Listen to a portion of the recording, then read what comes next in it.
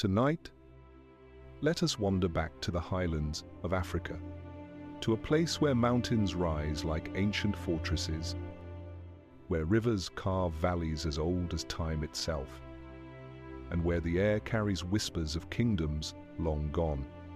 Ethiopia, they say, is the land of beginnings, a land where the bones of the first humans were found, where stories of creation still echo across the hills, and where empires rose in silence only to fall into legend.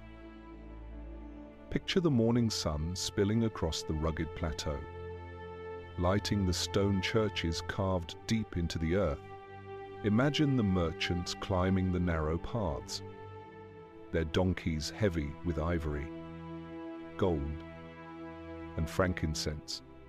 Here, life beat steadily for centuries. Far from the crowded cities of Europe or the bustling ports of Asia, and yet Ethiopia stood connected to Rome, to Arabia, to India, a quiet crossroad of worlds.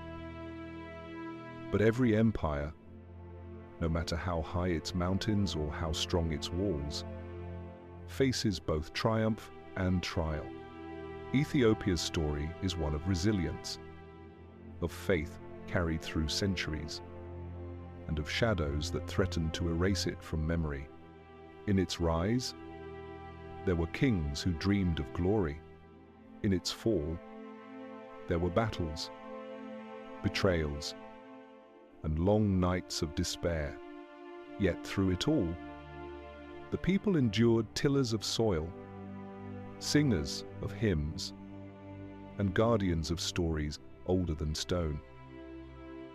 Tonight, as the world outside your window falls into silence, let us step into that land of origins.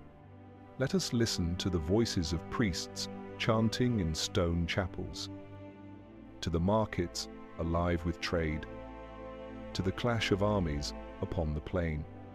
This is the story of Ethiopia, the empire of faith and stone, of rise and fall, and of echoes that still linger beneath the African sky. High in the Horn of Africa, where the land lifts into jagged ridges and deep valleys, the beginnings of Ethiopia took shape. It is a place where the mountains seem to hold the sky, where clouds gather low and pour rain into the valleys, feeding rivers that wind like silver threads across the earth. Here, life has always been both generous and demanding. The soil yields grain, but only through patient labor. The fields glow golden at harvest, yet the land asks for sweat and endurance. Long before the rise of kingdoms, small communities thrived in these highlands.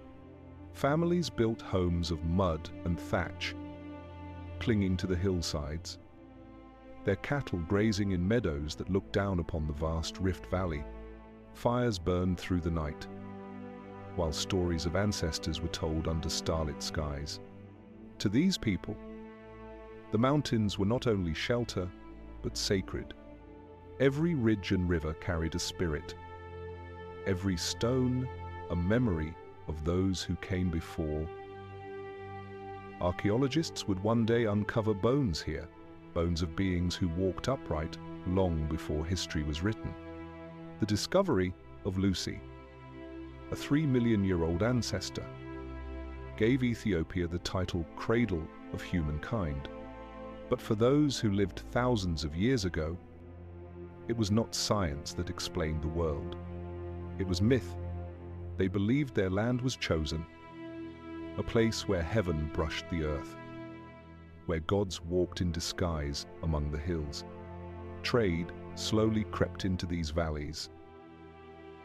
Salt, ivory, and incense passed through the hands of shepherds and merchants. Small shrines were raised to honor the unseen, and over time, these shrines grew into temples. At first, they were humble, no more than piles of stones. Later, they became carved sanctuaries, blending with the rock as though they had always belonged there. One curiosity remains from these early centuries: ancient inscriptions written in Ge'ez, a language that would one day become the liturgical heart of Ethiopian Christianity. The earliest Ge'ez marks appear on stone stelae, tall monuments rising above the earth like silent guardians. Their carvings speak of rulers whose names are lost, of victories long forgotten, and yet, standing before them, even now, one can feel the weight of a civilization beginning to find its voice. The first great city of this rising culture was Aksum, but before its kings ruled, the land was a quilt of villages. Farmers tended teff and barley. Hunters roamed the forests. Mothers carried water from the streams, balancing clay jars on their heads with grace that astonished foreign travelers.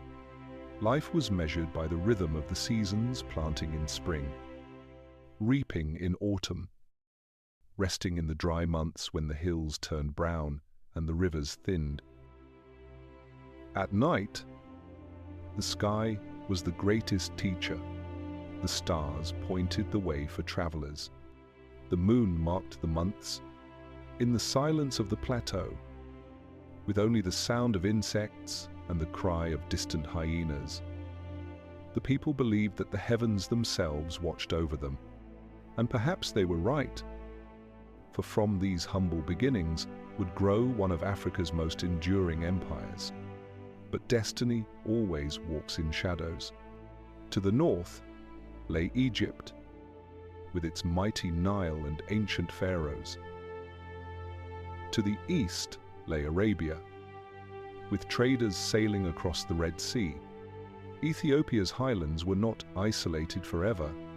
Soon merchants would bring new faiths, new goods, and new rivalries. And the small villages of farmers and herders would be drawn into the currents of history. For now, though, we leave them in their quiet beginnings. A people rooted in mountains, whispering myths beside their fires, watching the dawn break across valleys that seemed endless. Theirs was a world of patience, of endurance, and of deep connection to the land. In the silence of that dawn, an empire was stirring, though no one yet knew its name. And in that silence, only the wind remembered. As the centuries unfolded, the scattered villages of Ethiopia began to weave themselves into something larger. What once had been isolated hamlets of farmers and herders slowly gathered into networks of trade, custom, and shared belief. The highlands, with their steep ridges and fertile valleys, shaped not only the bodies of those who lived there, but also the fabric of their society. Life remained rooted in the soil. The grain called teff became the heart of daily bread, ground into flour for the spongy flatbread known as injera. Still eaten today, women tended fires that glowed through the night, while men ploughed narrow terraces with oxen, their cries echoing across the valley. Children fetched water from mountain springs, chasing goats through rocky pastures. Though humble, these acts bound families together, each gesture a thread in the tapestry of community. Villages often clustered around a central gathering place. Here, decisions were made beneath tall sycamore trees whose shade offered both shelter and symbol.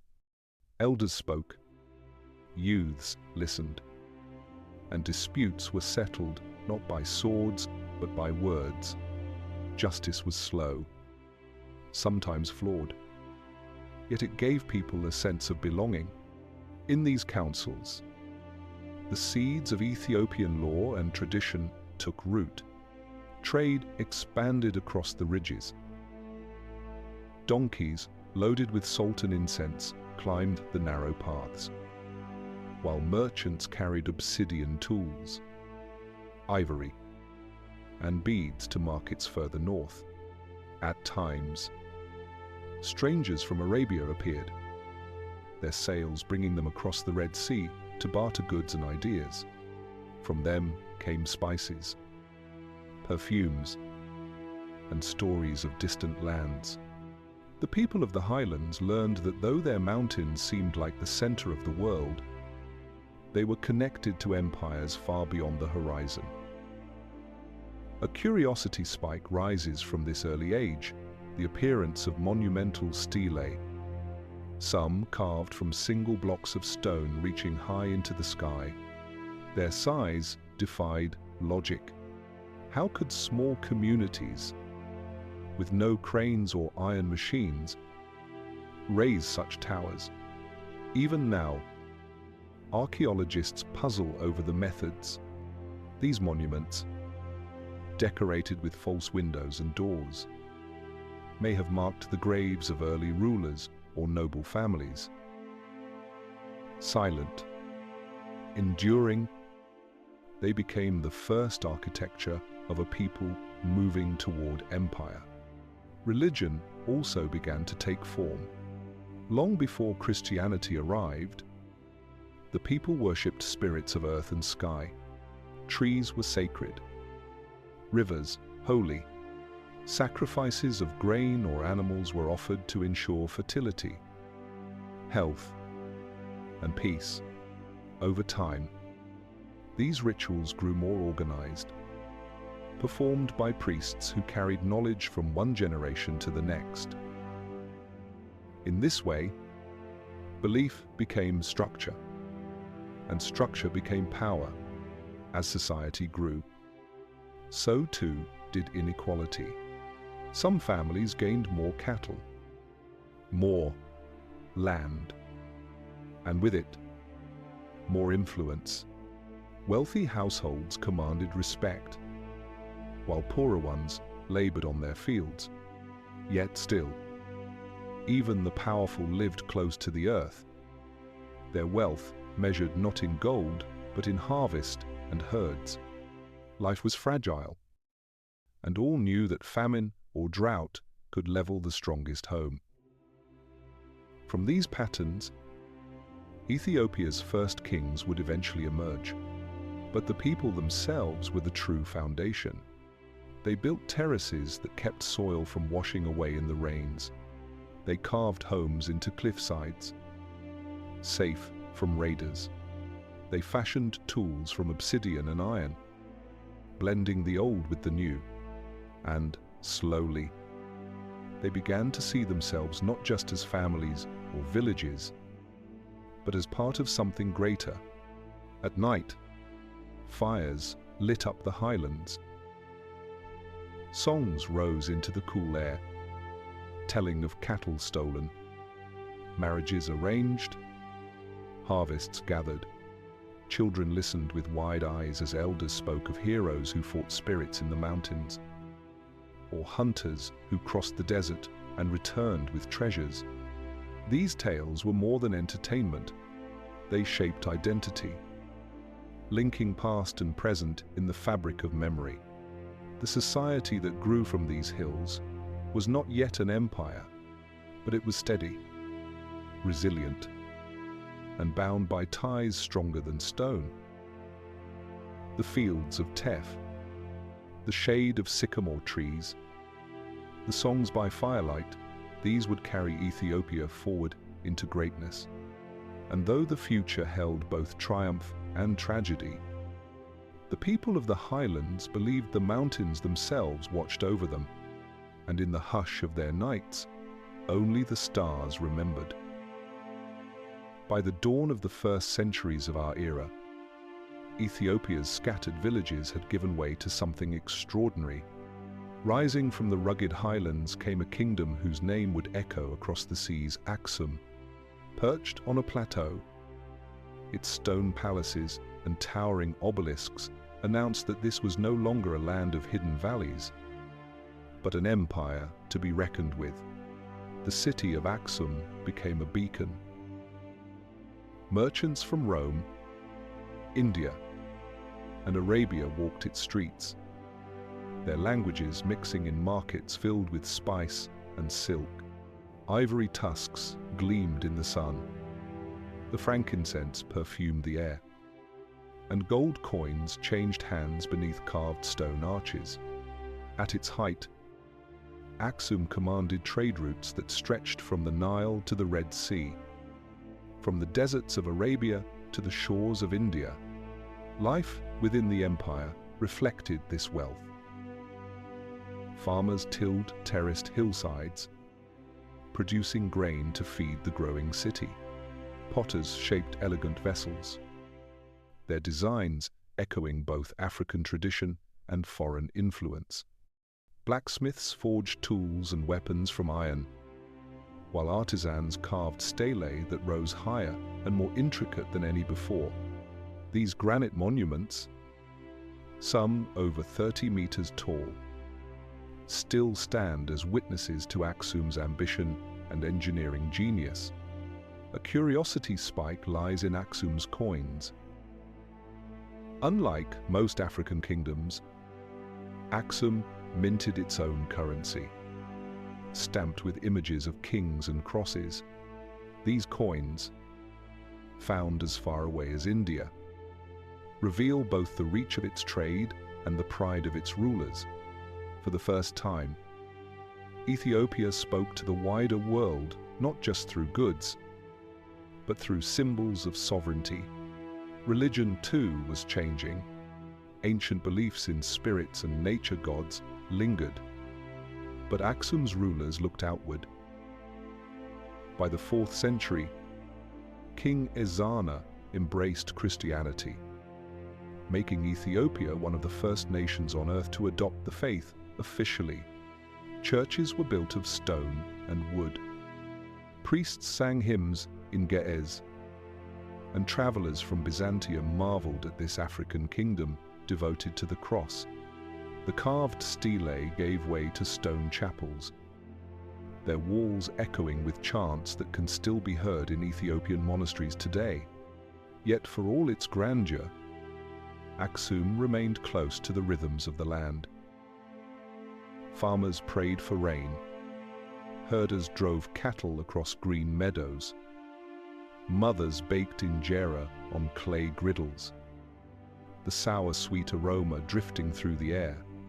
In the capital, the markets bustled.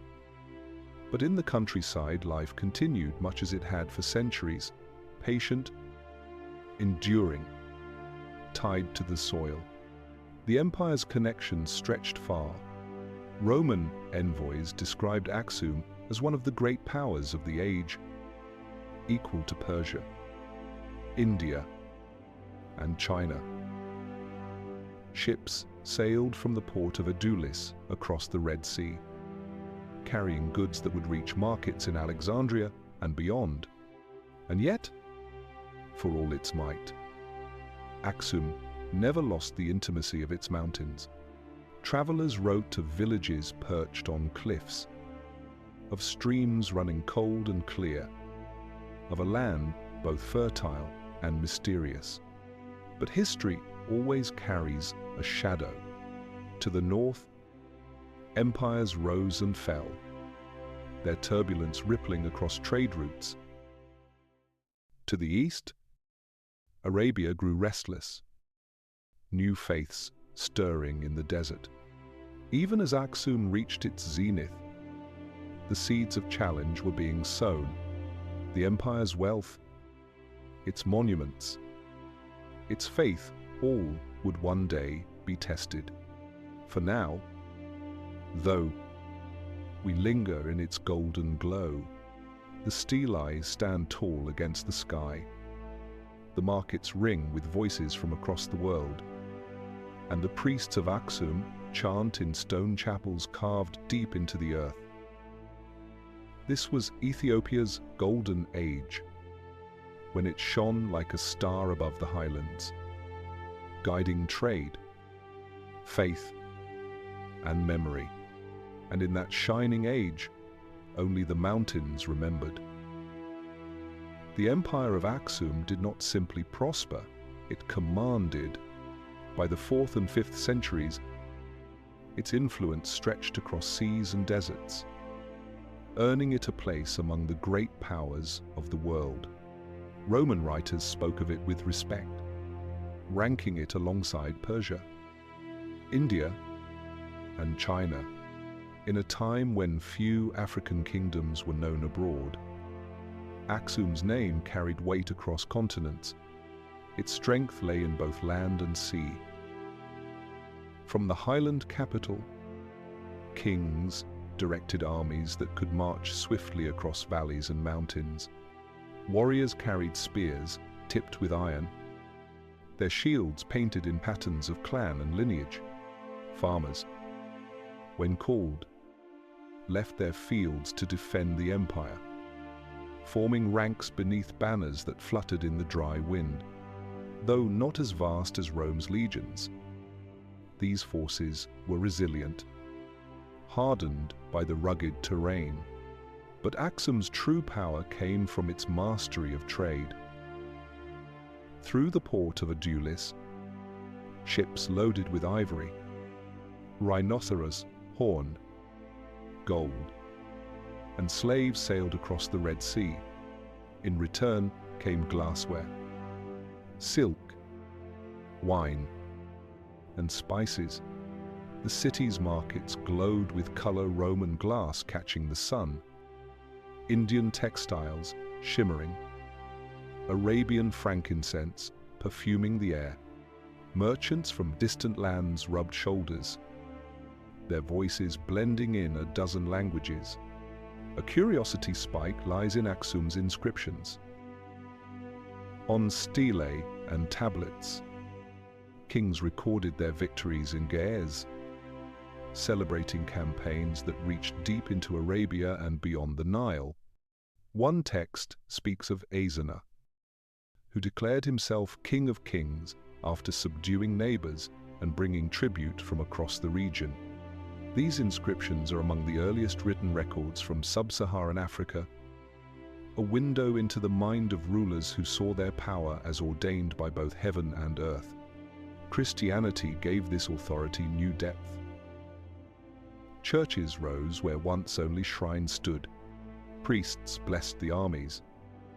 Monks carried manuscripts, and sacred processions wound through the streets of Aksum. Faith and empire fused, the cross becoming both spiritual symbol and banner of rule. Travelers from Byzantium marveled at a Christian kingdom thriving far from the Mediterranean.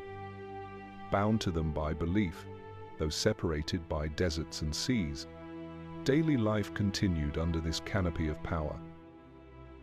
Farmers worked terraced hillsides, their harvests feeding soldiers and citizens alike.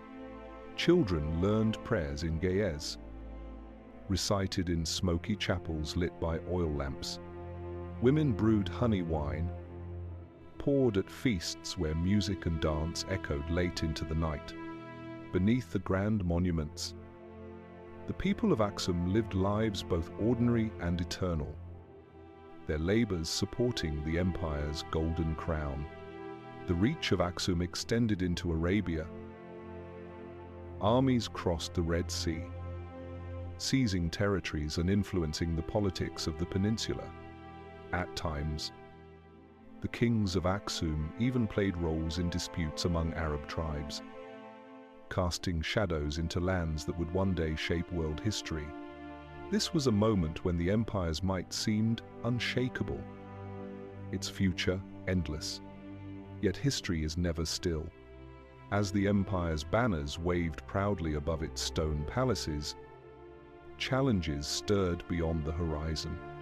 Trade routes shifted. New powers emerged in the deserts to the east, and whispers of change carried on the wind, though few yet understood what they meant. For now, though, we leave Aksum at its height, its armies strong, its markets bustling, its faith shining from carved chapels and granite monuments.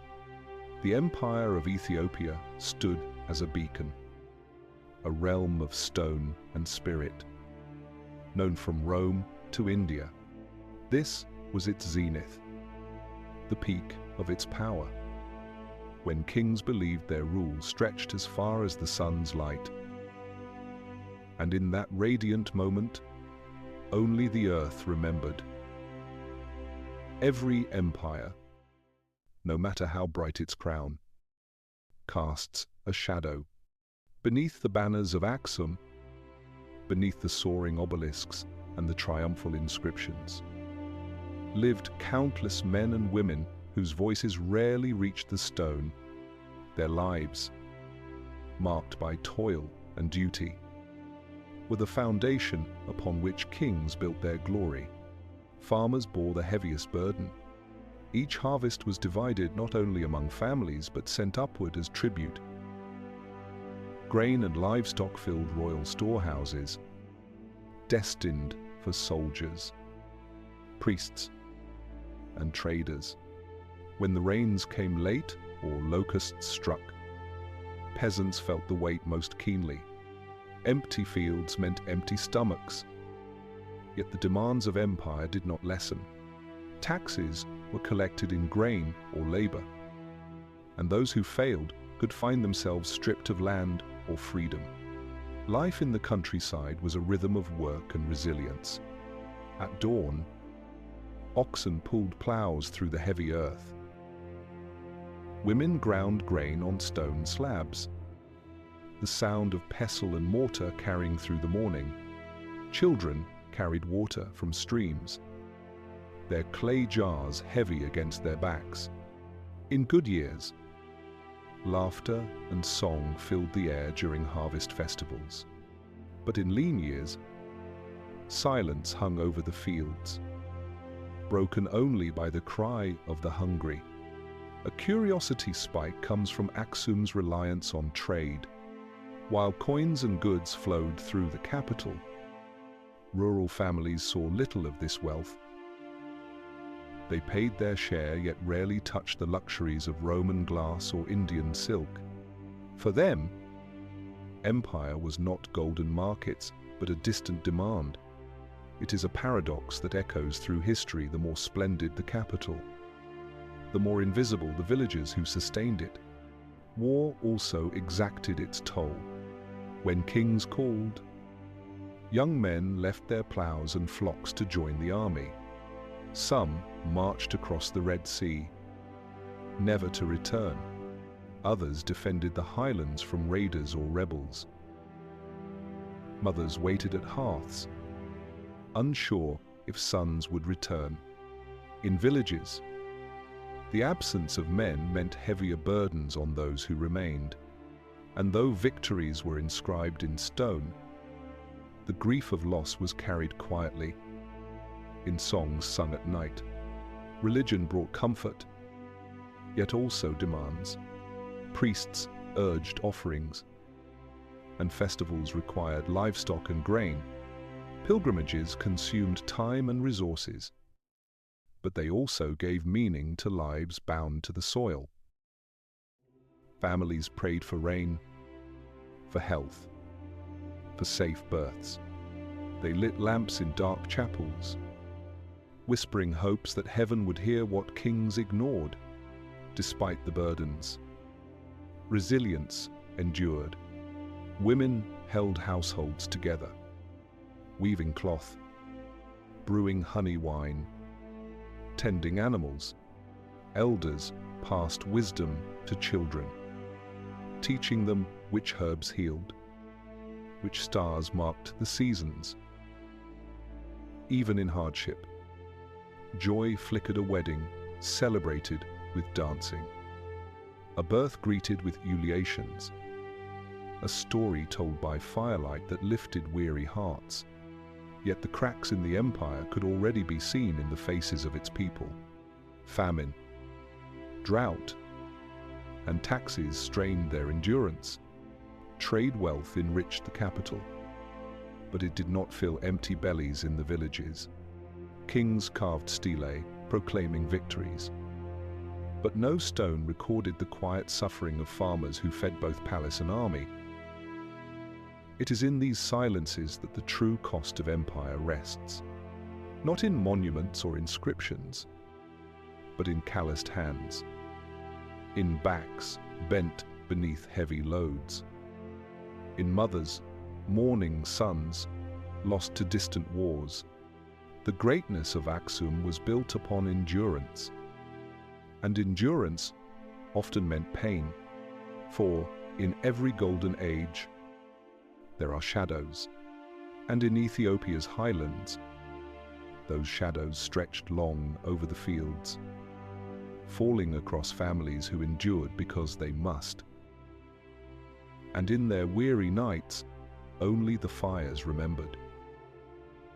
History often shifts not with thunder, but with whispers. For Aksum, the empire of stone and cross, the turning point came quietly. At first, a change in the winds of trade, a shift in faith across the seas, a slow tightening of the land itself. The mountains still stood, the stelae still rose, but beneath the surface, the foundations began to tremble. For centuries, Aksum thrived on trade.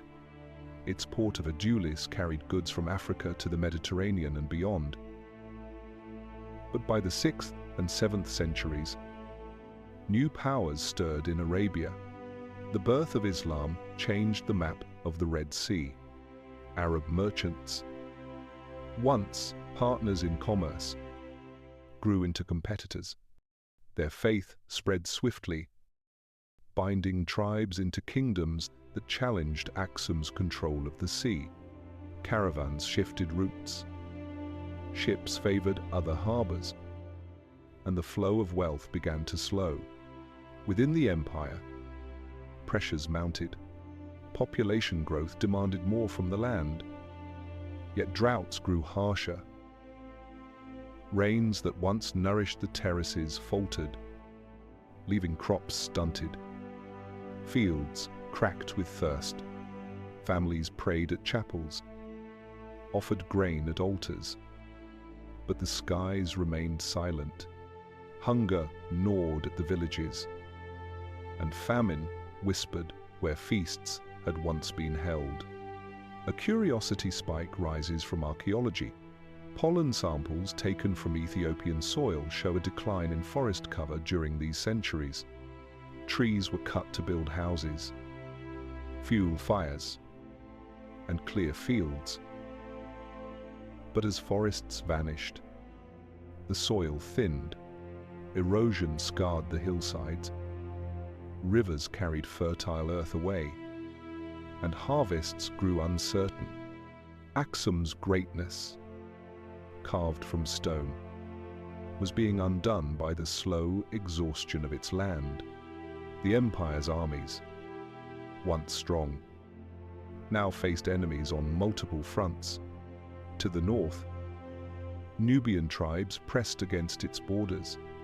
To the east, Arab raiders tested the coast.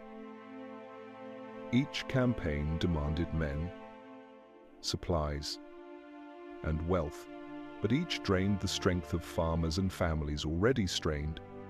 Victories grew fewer, losses heavier. The proud inscriptions of conquest faded into silence. Religion, too, shifted. Christianity had once bound the empire, but the spread of Islam along the Red Sea created tension. Trade with Byzantine allies waned, while Muslim merchants grew dominant. Aksum found itself increasingly isolated, its faith now a barrier in a sea of new belief. Chapels still echoed with chants, but beyond the mountains, the world was changing. In the capital, rulers sought to maintain splendor. Coins were minted, stelae carved, prayers offered, yet the markets grew thinner, the caravans fewer. Where once Roman glass and Indian silk gleamed, Stalls now stood half empty. Whispers spread through the city: was Aksum still the equal of Persia and China? Or had its star begun to fade? And then came the blows that could not be ignored. The rise of Islamic caliphates in the 7th century sealed control of Arabia and the Red Sea. Trade routes bypassed Aksum entirely, flowing instead through new cities. Wealth drained like water through open hands. The empire that had once stood at the crossroads of the world now found itself standing alone. This was the turning point. Not a single battle, not a sudden fall, but a gathering storm of drought, deforestation, shifting trade, and rising rivals. Aksum stood still, its stelae tall against the sky, but the silence beneath them deepened. And so we arrive at the cliff's edge of history. The empire had shone like a beacon, but now shadows closed in. Would Aksum endure, adapting as it had before, or would the weight of hunger, isolation, and shifting sands bring its fall? The answer lay in the centuries to come, and in that uncertain dusk, only the winds remembered.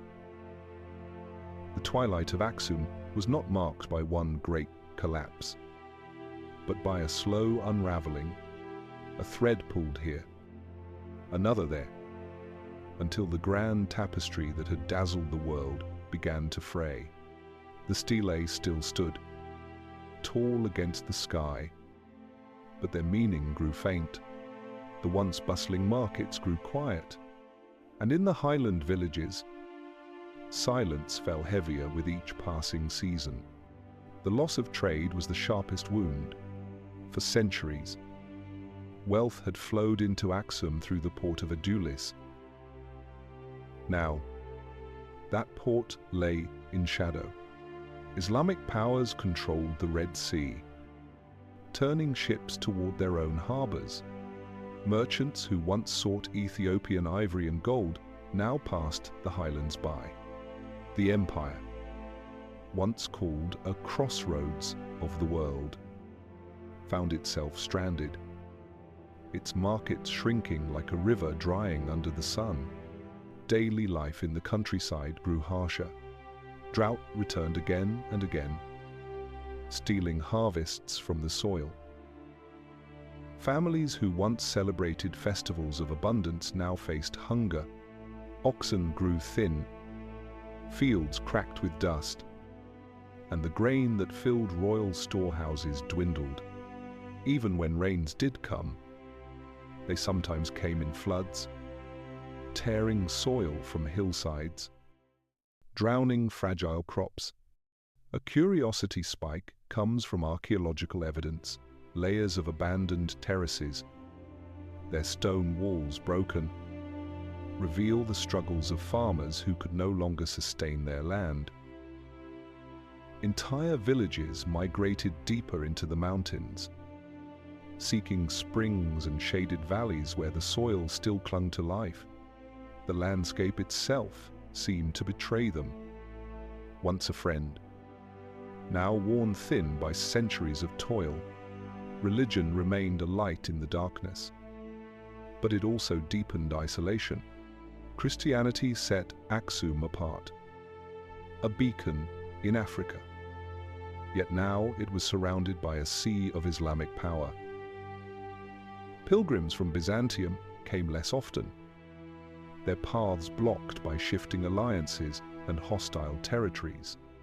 Priests still sang in gaze, their voices echoing in stone chapels. But their chants grew lonely, distant from the wider Christian world. Ethiopia remained faithful, but faith could not reopen closed trade routes. Kings tried to hold authority. They minted coins, sent soldiers to guard shrinking borders, and built new churches. But their power grew thin. Without wealth from trade, armies dwindled. Without tribute from villages, Palaces weakened. Royal proclamations echoed. But they no longer carried the strength of old. The empire was becoming a memory, even as it still lived. In the capital, markets once glowing with color now offered only the goods of the highlands: clay pots, woven baskets, honey wine. Roman glass was gone. Indian silk absent. Arabian incense rare. Children grew up never seeing the marvels their grandparents described. Stories of ships in Adulis became legends, half believed, like tales of far-off lands told beside the fire. The human cost deepened. Families split as fathers left to seek new lands, never returning. Some villages were abandoned, their houses left to crumble, their fields swallowed by weeds. Songs turned mournful, prayers desperate. Yet still, resilience clung to the people. Women kept the fires burning. Elders told the old tales, and children still laughed, chasing goats along ridges. Even in hardship, life endured, though it endured in silence.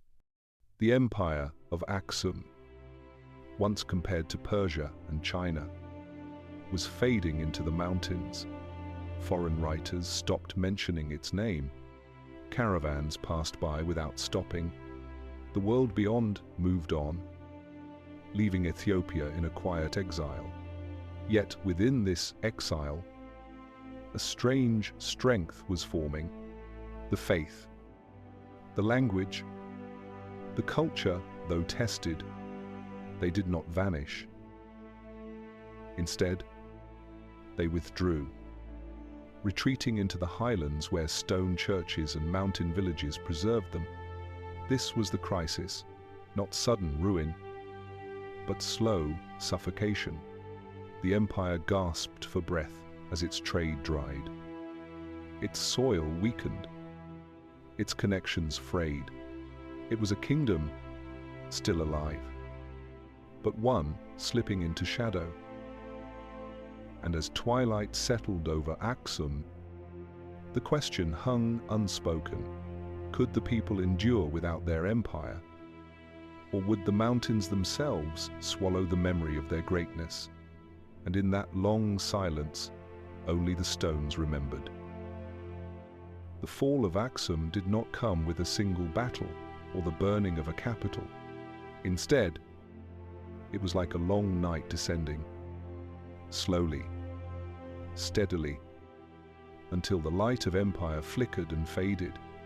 The monuments remained tall stelae piercing the sky, chapels echoing with chants, but the power that had raised them slipped away.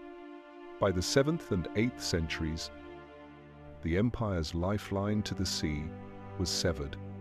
The port of Adulis, once alive with sails and voices from across the world, fell silent. Sand drifted into its streets. Weeds grew among its markets, and foreign ships no longer anchored in its bay. To lose the sea was to lose the world. Without it, Aksum became a kingdom cut off, its wealth drained, its influence forgotten beyond the mountains. The countryside bore the scars. Fields once terraced with care lay abandoned, their stone walls broken. Farmers migrated deeper into the highlands, seeking fertile soil and safety. Villages clustered in mountain strongholds, away from raiders who prowled the plains.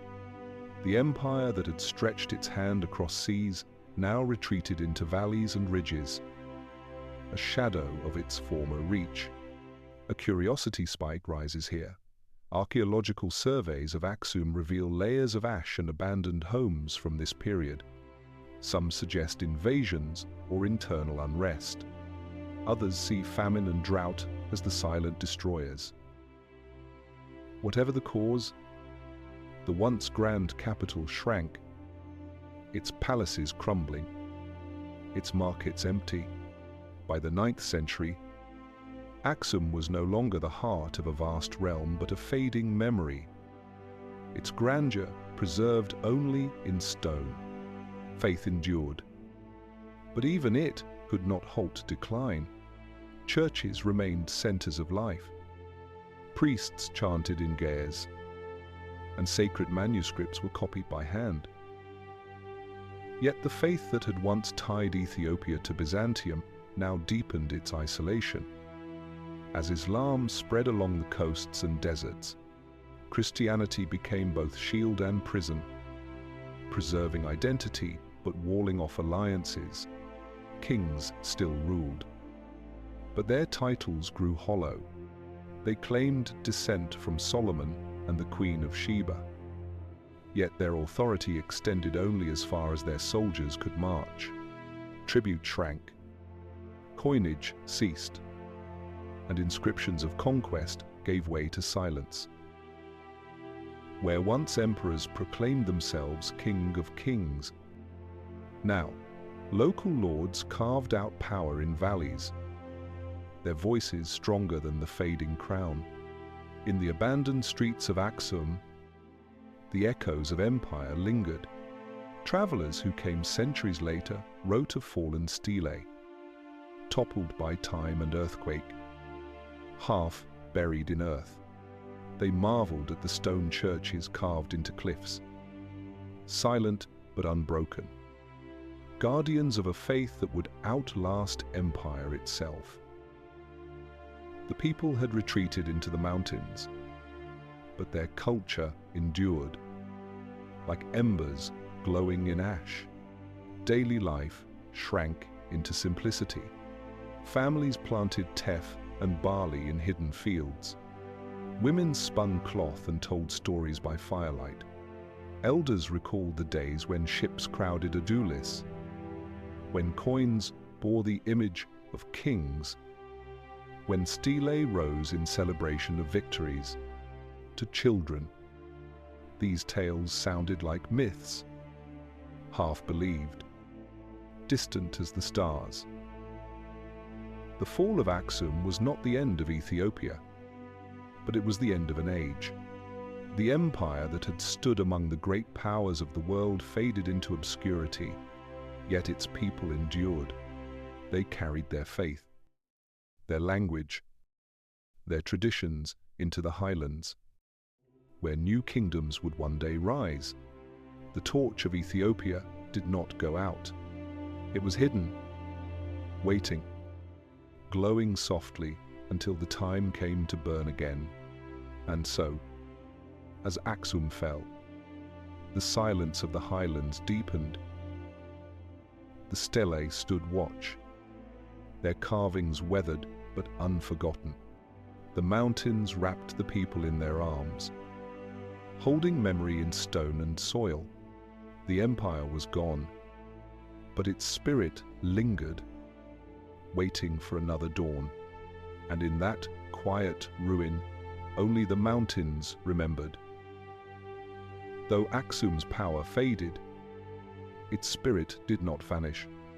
The empire may have fallen silent, its markets deserted, its kings forgotten, but the legacy of Ethiopia lived on, etched into stone, carried in faith, and spoken through a language that still whispers across centuries. One of the most enduring gifts was ge'ez, the written tongue of Aksum. Though no longer spoken in daily life, it became the sacred language of Ethiopian Christianity. Priests copied manuscripts in ge'ez by candlelight, illuminating pages with gold and vivid colors. Even today, the chants of Ethiopian monasteries echo in that ancient tongue, linking the present to voices that rose 1500 years ago. Language, preserved by faith, became the bridge across the ruins of empire. The faith itself was the strongest flame. When Aksum embraced Christianity in the 4th century, it planted seeds that would outlive its monuments. Even as trade routes shifted and kingdoms collapsed, churches remained, carved into cliffs, built of stone and wood. They sheltered communities through famine and war. Monks carried the cross into valleys and mountains, preserving rituals unchanged. Travelers centuries later would marvel at Ethiopia, a Christian kingdom surviving in isolation.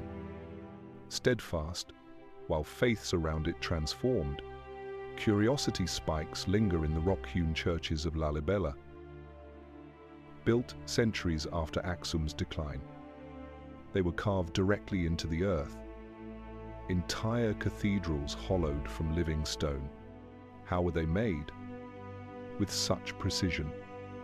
In a time of hardship, legends say angels descended at night to complete the work begun by men.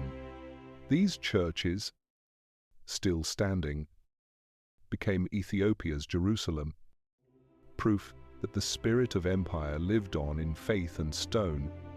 The Solomonic legend also endured. Though Aksum's kings had vanished, stories of descent from Solomon and the Queen of Sheba grew stronger. Chronicles claimed that their child, Menelik, carried the Ark of the Covenant from Jerusalem to Ethiopia, where it remained hidden in the holy city of Aksum. Whether myth or truth, this belief gave Ethiopians a sense of destiny. They were not merely survivors of a fallen empire, they were heirs to a divine lineage. In villages, memory persisted in simpler ways. Farmers still grew teff, baked injera, and passed stories by firelight.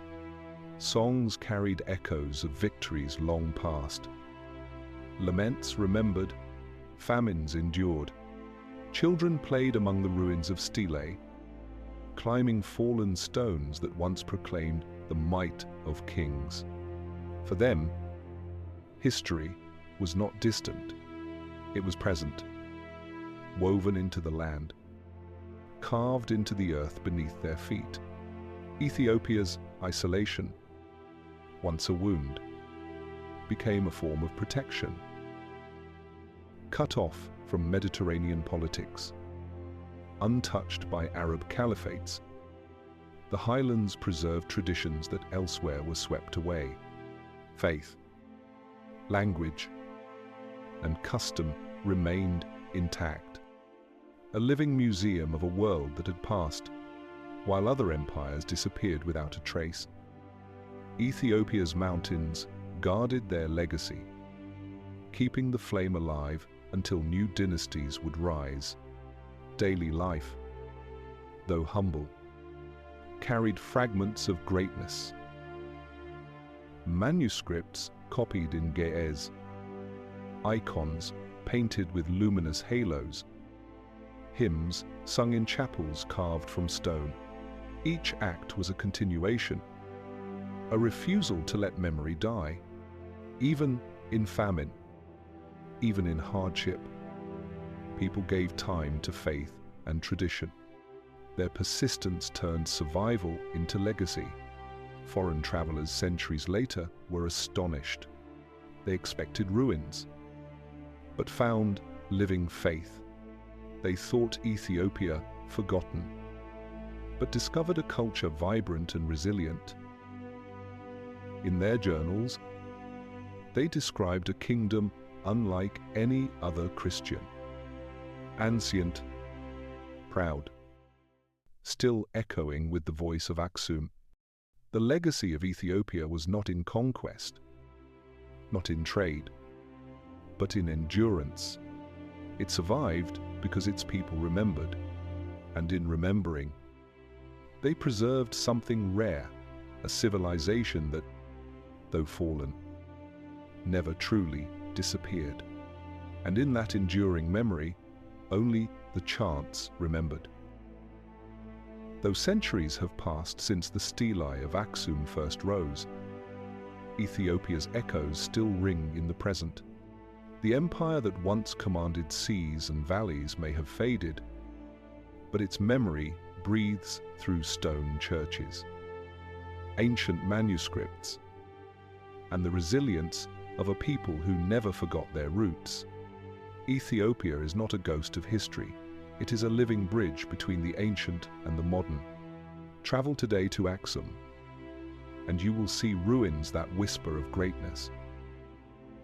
Fallen obelisks lie scattered, some broken by time, others still standing tall against the sun. Archaeologists carefully measure their stones, marveling at the skill of builders who carved and raised them without machines. Tourists walk among the remains of palaces, their imagination filling the silence with merchants, priests, and kings who once walked there. And in the chapel of St.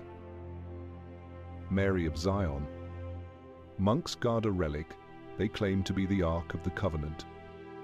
Shrouded in secrecy, its mystery still alive after millennia, faith remains Ethiopia's strongest echo.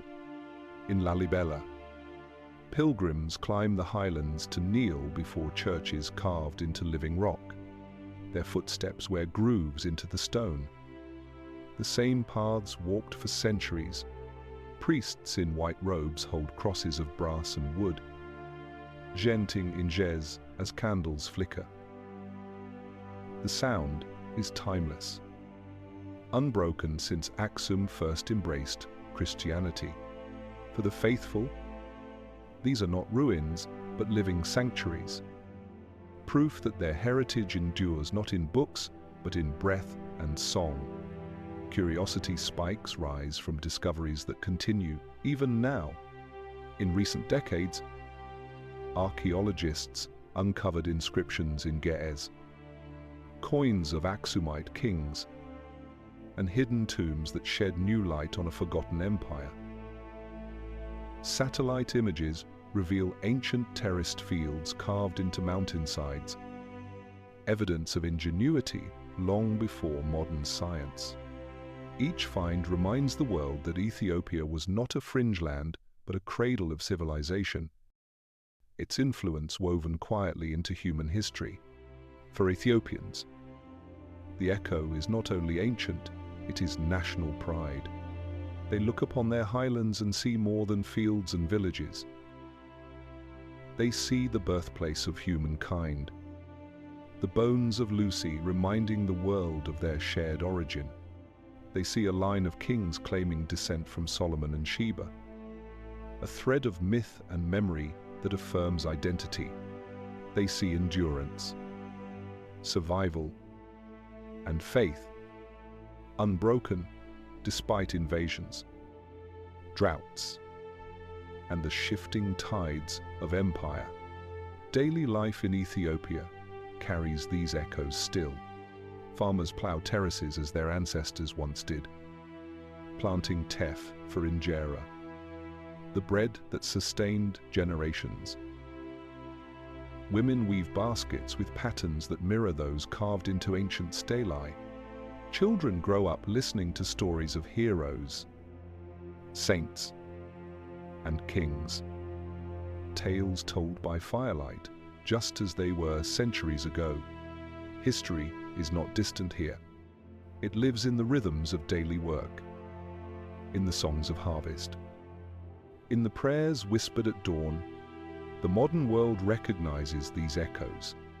UNESCO has declared the churches of Lalibela and the ruins of Aksum World Heritage Sites, treasures for all humanity. Scholars write of Ethiopia not as a forgotten corner, but as a civilization whose continuity is unmatched. Travelers come seeking history, but leave touched by resilience, by the sense that in Ethiopia, time itself is layered, past and present, inseparable. And so, the echo of Ethiopia is not a faint murmur, but a living voice. It speaks through stone, through song, through people who endure as their ancestors did. It reminds us that civilizations may rise and fall, but memory can survive. carried not only by ruins but by those who choose to remember. In the end, the story of Ethiopia is not only about an empire lost, it is about continuity, about the quiet strength of a people who refuse to let their past be buried. Their echo reaches us still, across centuries, a reminder of the fragile yet enduring thread of human history. And in that living echo, only the dawn remembered. The story of Ethiopia begins in the cradle of humankind and wins through centuries of triumph and trial. We trace the rise of Aksum, its golden markets and stone stelae, its embrace of faith and its fall into silence.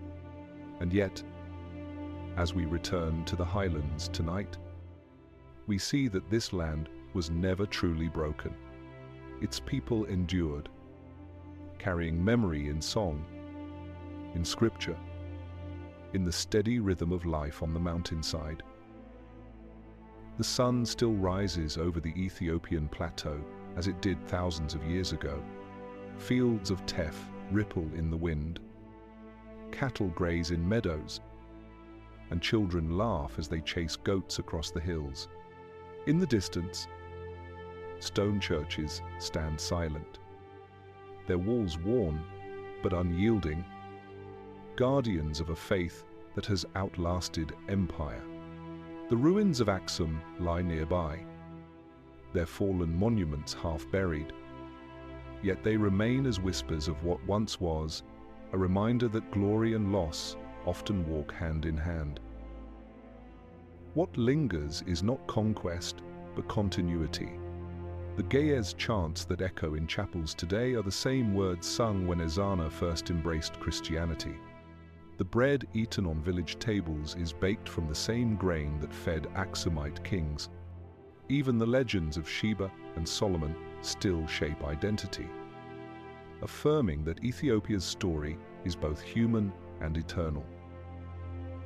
Curiosity spikes live on in every stone church of Lalibela, every inscription unearthed, every traveler who stands before a toppled obelisk and wonders how such wonders were made. These mysteries keep Ethiopia alive in imagination, not only for those who live here, but for all who seek to understand the breadth of human history. And so, as night deepens, we remember that civilizations do not end when their capitals crumble. They live in memory, in tradition, in the quiet persistence of ordinary lives. Ethiopia teaches us that an empire can fall, but a people can endure, carrying the torch of heritage across centuries of shadow. Tonight, as you drift into sleep, imagine the highlands once more, the cool wind over the plateau, the distant sound of chanting from a stone chapel, the silent stelae standing watch against the stars. Ethiopia remains, not only in ruins, but in echoes that will never fade. And beyond this story, another dawn awaited.